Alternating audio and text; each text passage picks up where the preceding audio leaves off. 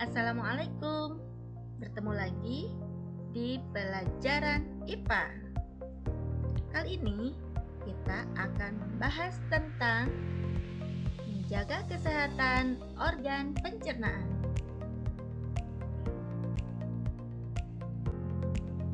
Berbicara tentang menjaga kesehatan organ pencernaan, tentu saja tidak terlepas dari disiplin diri kita melakukan pola hidup sehat. Nah, beberapa upaya untuk membiasakan hidup sehat adalah sebagai berikut. Pertama, menggosok gigi secara teratur. Kedua, mencuci makanan hingga bersih. Ketiga, mencuci tangan bila kotor. Keempat, makan makanan bersih dan sehat. Kelima, tidak makan dengan terburu-buru ya. Keenam, minum air putih minimal 8 gelas sehari.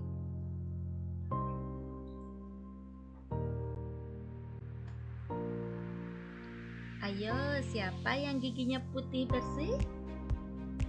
Siapa yang giginya tidak ada lubang? Wah, hebat!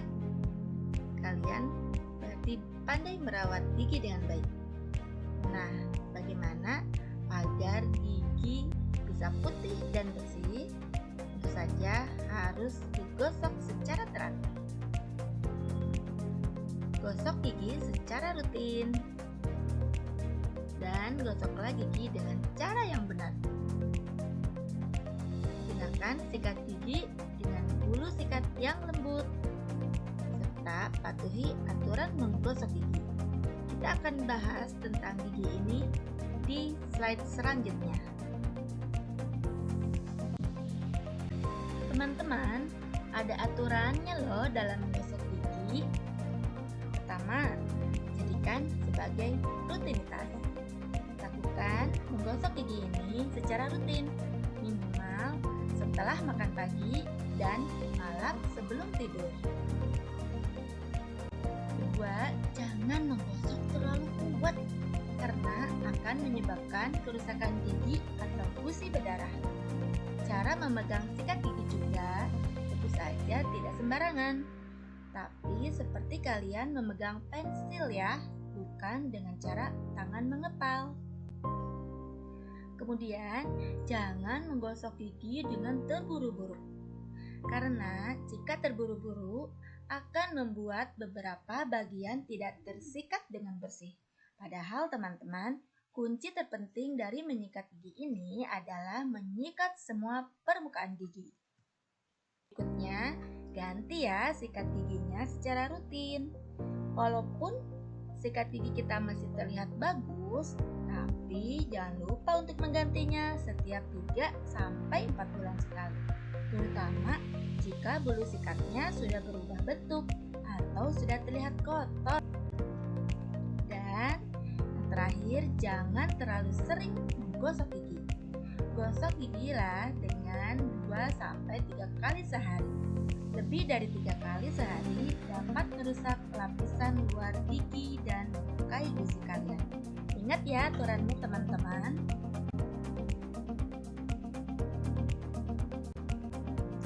Teman-teman, gigi kita akan sehat jika kita menggosok gigi dengan cara yang benar. Nah, bagaimana ya cara menggosok gigi yang benar? Sebelumnya kita ingat-ingat dulu yuk bagian-bagian gigi. Oke, sambil dicek ya gigi kalian. Ada gigi seri, yes, gigi taring, betul, gigi geraham depan, dan gigi geraham belakang. Nah, cara menggosok gigi yang benar yang pertama adalah awali dari seluruh geraham. Ayo, mana gerahamnya? Jadi, setelah dibasahi sikat gigi kita dengan air, oleskan pasta gigi secukupnya ya. Selanjutnya, gosok bagian luar gigi geraham pada perbatasan gusi dan gigi dengan gerakan yang memutar selama kira-kira 20 detik. Putar, putar, putar.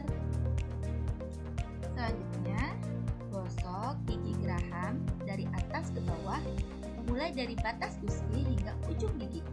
Nah, ini fungsinya untuk menghilangkan plak dan sisa makanan di permukaan serta sela-sela gigi. Lakukan hal seperti ini selama 20 detik. Nah, lakukan kedua gerakan tersebut pada semua bagian luar gigi geraham, baik sisi atas maupun bawah ya. Setelah itu, kalian ulangi lagi langkah yang sama untuk bagian dalam gigi geraham. Gimana, mudah kan? Nah, sekarang kita masuk ke cara yang kedua, yaitu sikat gigi bagian depan. Oke, cek ya bagian depannya. Setelah semua gigi geraham selesai disikat, arahkan sikat gigi kalian ke gigi depan bagian luar. Gerakan sikat gigi secara melingkar, bulat-bulat-bulat, dan perlahan hingga semua permukaan gigi depan terkena, supaya sisa makanan dan plak tidak menempel dan dapat tersapu bersih. Setelah itu, gosok masuk ke bagian dalamnya. Gerakan dengan cara ke atas dan ke bawah, atau gerakan vertikal, atau seperti kalian sedang mencangkul, baik pada deretan atas maupun deretan bawah. Nah, ulangi cara menggosok ini sebanyak 2-3 kali pada masing-masing sisi. Gimana? Mudah ya? Cara ketiga yaitu sikat permukaan mengunyah. Permukaan mengunyah ini masih di gigi geraham, yaitu yang bagian atas, di mana ukurannya lebar dan agak cekung, sehingga memungkinkan makanan menempel di sana. Nah, sikat permukaan gigi ini dengan gerakan memutar-putar-putar agar sisa makanan bisa terangkat. Di cara yang keempat, kita akan masuki area lidah dan sisi dalam pipi. Nah, semua gigi sudah kita sikat kan? Jangan lupa untuk menyikat juga permukaan lidah dan sisi dalam pipi dengan sikat gigi atau sikat lidah. Sisa makanan dan bakteri penyebab bau mulut mungkin akan menempel pada daerah area ini, sehingga kita perlu menyikatnya juga ya teman-teman, secara lembut dan perlahan. Cara yang terakhir, ini bagian yang penting juga loh teman-teman, yaitu bersihkan sela gigi dengan benang gigi. Ayo, siapa yang punya benang gigi di rumah? Nah, ternyata agar perawatan gigi dan mulut maksimal, disarankan untuk membersihkan gigi menggunakan benang gigi. Benang gigi ini bisa mengangkat sisa makanan yang mungkin masih terselip di sela-sela gigi yang sempit dan tidak terjangkau oleh sikat gigi. Hati-hati ya teman-teman, ini benang gigi loh, benang khusus untuk gigi. Nah, ini nih yang tidak kalah pentingnya dari menjaga kesehatan gigi kita, yaitu pergi ke dokter gigi. Ya, kalian jangan lupa untuk memeriksakan giginya secara teratur ke dokter gigi setiap 6 bulan sekali, agar kesehatan gigi dan mulut kita dapat terus terpantau. Dalam pemeriksaan gigi ini, dokter juga dapat melakukan pembersihan karang gigi dan tindakan lain yang dirasa perlu bila ada masalah pada gigi dan gusi. Betapa pentingnya ya merawat gigi. Ada yang tahu kenapa? Karena gigi merupakan tahap pencernaan pertama dari seluruh sistem pencernaan. Nah, bahkan di tingkat pendidikan ada satu fakultas khusus loh tentang ilmu kedokteran gigi ini. Selain itu, gigi juga menunjang dari penampilan kita. Kita akan lebih percaya diri jika gigi kita terawat dengan baik. Nah, Rasulullah Shallallahu Alaihi Wasallam pun merawat gigi dengan sangat baik. Teman-teman tahu pohon apa ini? Ini adalah pohon arak atau lebih dikenal juga dengan toothbrush tree atau pohon sikat gigi.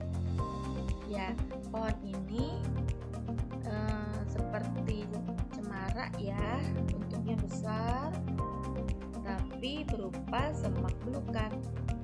Pohon ini memiliki ranting putih dengan akar yang memiliki aroma khas.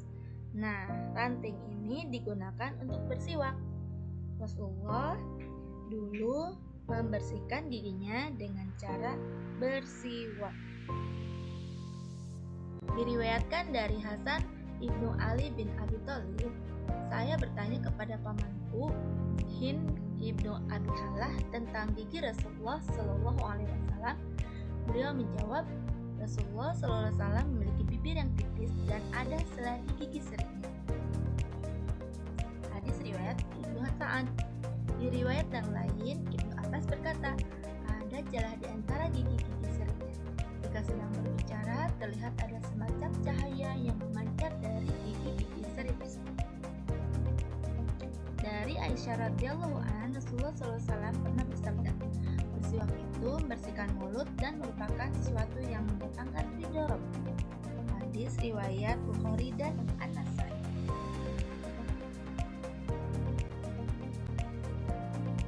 Siwak ini merupakan ranting pohon arak. Jika kulitnya dikelupas, maka warnanya putih dengan juntayan serat. Aromanya seperti aroma seledri dan agak sedikit pedas. Siwak ini memiliki kandungan yang banyak. Salah satunya mengandung bensil isotiosine, yaitu efek bakterisida yang kuat yang bisa melawan kuman dalam mulut. Selain itu juga melawan bakteri negatif, sedangkan memperkuat bakteri positif. Nah, Rasulullah membersihkan giginya menggunakan siwak. Seperti dalam hadis berikut, siwak membersihkan gigi dan ini menyenangkan Allah.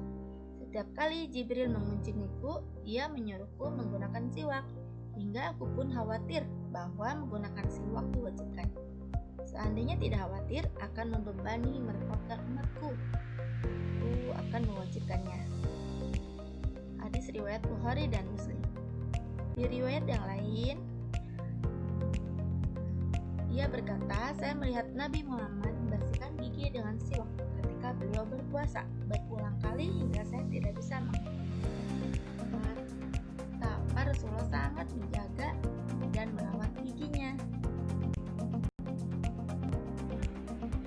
Nah, itu tadi cara merawat dan menjaga kesehatan gigi. Selanjutnya, kita akan membahas tentang gangguan organ pencernaan. Ada 6 gangguan organ pencernaan. Yang pertama, sakit gigi. Kedua, sariawan. Ketiga, radang lambung atau MAH. Keempat, diare. Kelima, disentri. Dan keenam, sembelit. Jadi kita bahas satu persatu. Yang pertama, sakit gigi. Sakit gigi adalah kondisi ketika muncul rasa nyeri di dalam atau di sekitar gigi dan rahang. Tingkat keparahannya berbeda-beda. Ada yang ringan hingga berat. Sakit gigi bisa terasa secara terus-menerus, kadang juga hilang timbul. Apa saja ya penyebab sakit gigi? Pertama, gigi berlubang atau tambalan gigi yang rusak. Yang kedua, tumbuh gigi. Biasanya ini dialami oleh bayi dan anak-anak. Berikutnya, gigi patah. Lalu, gigi tanggal atau lepas. Peradangan atau infeksi pada gigi atau gusi. Munculnya nanah di gigi. Gusi yang bengkak, gigi bungsu yang tumbuh tidak normal, pembusukan gigi, permasalahan pada kawat gigi, dan kebiasaan menggerakkan gigi atau bruxismus. Gangguan organ pencernaan yang kedua adalah sariawan. Sariawan merupakan penyakit peradangan di sekitar bibir, gusi, dan lidah. Sariawan ini ditandai dengan munculnya bercak putih dengan kemerahan di sekelilingnya dan terasa perih. Sariawan timbul akibat kekurangan vitamin C dan kurang menjaga kebersihan mulut. Gangguan organ pencernaan yang ketiga adalah MAH atau radang lambung. MAH merupakan penyakit akibat rusaknya lapisan pelindung pada dinding lambung. Gejala yang terjadi adalah perut bagian atas terasa perih, mual, muntah, kembung dan bersendawa, serta hilang nafsu makan. Penyebabnya adalah bakteri Helicobacter pylori. Bisa juga disebabkan oleh minum kopi yang berlebihan, merokok, dan minum obat anti nyeri dalam jangka yang panjang. Pencegahannya adalah dengan berhenti mengonsumsi penyebabnya seperti makanan yang pedas, asam, berminyak, dan makan yang teratur. Gangguan organ pencernaan yang keempat adalah diare. Diare merupakan penyakit dengan penderita yang mengalami buang air secara terus-menerus dengan tinja atau feses berupa cairan. Penyebabnya adalah virus dan bakteri yang masuk bersama makanan. Jika diare terus-menerus, maka penderita akan mengalami dehidrasi atau kekurangan cairan. Penderita diare ini harus segera diberi larutan oralit berupa campuran air, garam, dan gula halus. Diare ini bisa menjadi gejala disentri loh. Gangguan organ pencernaan yang kelima adalah disentri. Disentri merupakan peradangan pada usus besar. Disentri berupa sakit perut dan diare dengan feses yang disertai lendir dan darah. Ini disebabkan oleh bakteri dan amuba yang tersebar dan menular melalui makanan dan air yang tercemar kotoran dan lalat. Gejalanya berupa demam, mual, muntah, diare, dan tidak nafsu makan. Perut pun terasa nyeri dan mengejang. Disentri harus segera dibawa ke rumah sakit dan dirawat. Gangguan organ pencernaan yang terakhir adalah sembelit. Sembelit atau konstipasi adalah pengerasan feses atau tinja yang berlebihan sehingga sulit dibuang atau dikeluarkan. Sembelit yang parah dapat menyebabkan kanker usus. Apa saja penyebabnya? Sembelit terjadi karena sering menahan buang air besar dalam waktu yang lama. Atau bisa juga kurang makan berserat seperti buah dan sayur. Bisa juga disebabkan kurang vitamin C dan kurang minum air putih. Kurang olahraga juga bisa menyebabkan sembelit loh. Nah, rasa gelisah, cemas, dan stres pun bisa menyebabkan sembelit. Oke teman-teman, demikian pembelajaran kita kali ini tentang menjaga kesehatan organ pencernaan. Yuk kita sama-sama menjaga dan merawat organ pencernaan kita agar senantiasa sehat. Perhatikan baik-baik makanan yang kita konsumsi ya, dan jaga selalu kebersihannya. Salam sehat. Assalamualaikum warahmatullahi wabarakatuh.